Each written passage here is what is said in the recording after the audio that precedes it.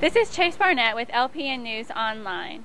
Glenn Doneghy was convicted of second-degree manslaughter last month for running over and killing Lexington police officer Brian Derman. Today, Doneghy is finally sentenced by Judge James Ishmael. Let's go over to the courthouse and watch the sentencing now. Before I hear from Ms. Dunn, I'll be glad to hear from the Commonwealth as to your position regarding the final sentencing. Mr. Larson, Ms. Bowley.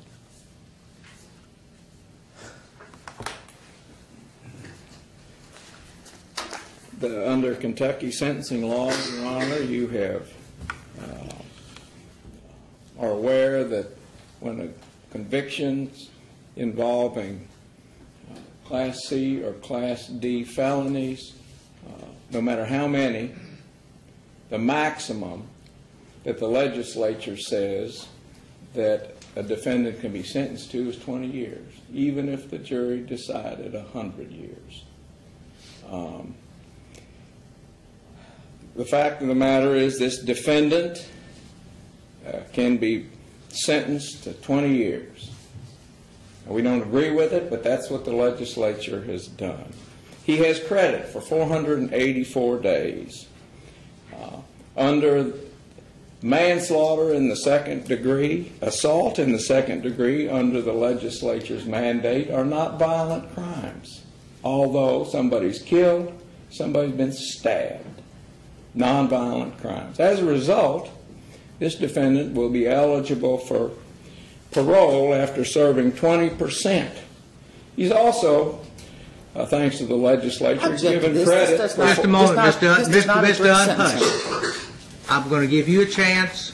Mr. Larson has an opportunity to address the court. I will give you a chance, ma'am. Mr. Larson, you may continue.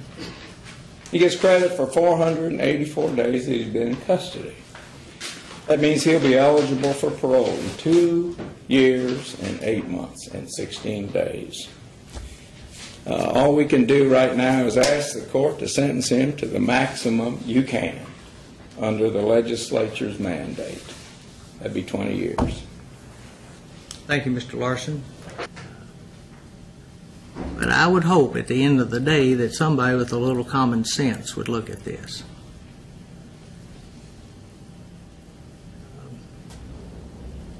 Whatever we call these statements, our law enforcement community and the extended families of our law enforcement community have been greatly impacted by the events of this evening.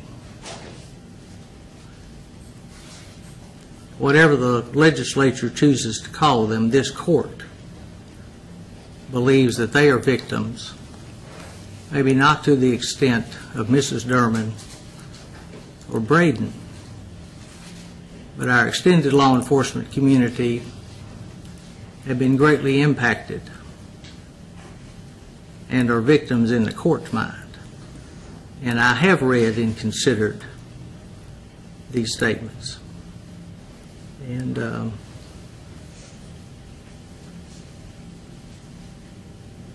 so your motion, Ms. Dunn, for me to direct Mr. Larson to do anything in regard to these statements is overruled. I think that we need to have the full and complete record in the case. Ms. Dunn made reference to low-level felonies and that the defendant had been vilified in this case. That's a whopper, folks. That's a whopper. A low-level felony, when Mr. Doneghy was convicted of killing Officer Derman and leaving the scene of the accident without rendering aid, possessing controlled substance, attacking Sergeant Murdoch, That one's a whopper. Once again, we can call them whatever we want to call them, but these were not low-level felonies in the court's mind. The law requires, in this case, that the court consider probation. For the record, I will tell you that I have complied with that law.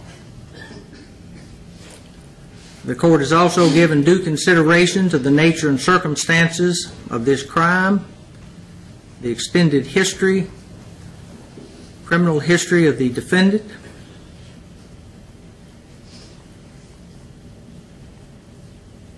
I have considered probation as I am required to do under Kentucky law.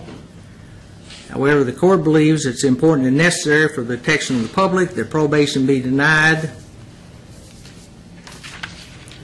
Substantial risk, defendant will commit another crime during any period of probation or conditional discharge. The defendant's in need of correctional treatment that can be provided most effectively by the defendant's commitment to a correctional institution. Probation or conditional discharge would unduly depreciate the seriousness of the defendant's crime. That's a big explanation point.